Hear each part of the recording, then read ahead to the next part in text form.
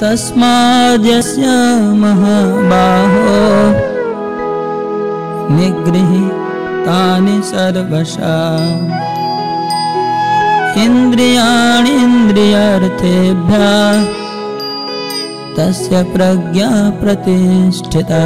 অতএব মহাবাহো শুনো মন দিয়া, নিগৃহীত মন যার আমারে সপিয়া, তাহারও ইন্দ্রিয় বাস মোরে সমর্পিত, তাহারই প্রজ্ঞা হয় পূর্ণ প্রতিষ্ঠিত।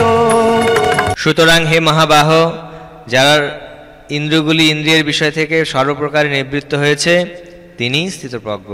তাৎপর্য: কেবলমাত্র কৃষ্ণ ভাবনা অথবা ভগবানের অপ্রাকৃত প্রেমময়ী সেবায় সমস্ত ইন্দ্রিয়গুলোকে নিয়োজিত করার মাধ্যমে ইন্দ্রিয় তর্পণের বেগগুলিকে দমন করা যায়।